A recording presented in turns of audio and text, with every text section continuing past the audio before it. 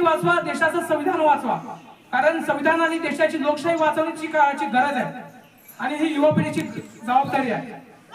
कारण आपल्या देशामध्ये आता कुठल्या तरी जातीच्या नावाने, कुठल्या तरी धर्माच्या नावाने राजकारण सध्या सुरू आहे आणि आपल्या लोकांमध्ये, जनतेमध्ये भांडण लावून देण्याचं काम सध्या सुरू आहे. तर आपण आपल्या युवा पिढीनं देशाचं संविधान वाचवलं पाहिजे आणि आपली जी मुलं प्राथमिक शाळेमध्ये शिकतात किंवा आपली जी सर्व नागरिक आहेत त्यांना कमीत कमी संविधानाबद्दल, म्हणजे संविधानाचा सरनामा कमीत कमी माहित पाहिजे.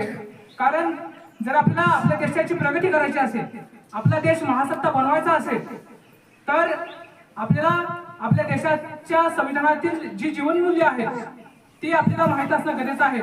प्रत्येक धर्माचा एक ग्रंथ असतो, तसा आपला संविधान हे देशाचं पवित्र ग्रंथ आहे आणि सर्वात उज्ज्वल आणि सर्वात मोठा ग्रंथ आपण समजू शकतो.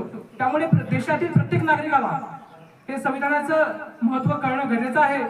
तेव्हा खऱ्या अर्थाने आपण देशात प्रगती करू शकतो आणि महासत्ता बनू शकतो.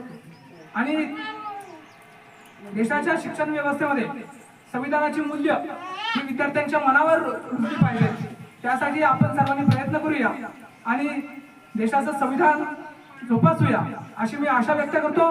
आणि पुन्हा एकदा तुम्हाला 76व्या प्रजासत्ताक दिनाच्या हार्दिक शुभेच्छा देतो. जय हिंद, जय महाराष्ट्र.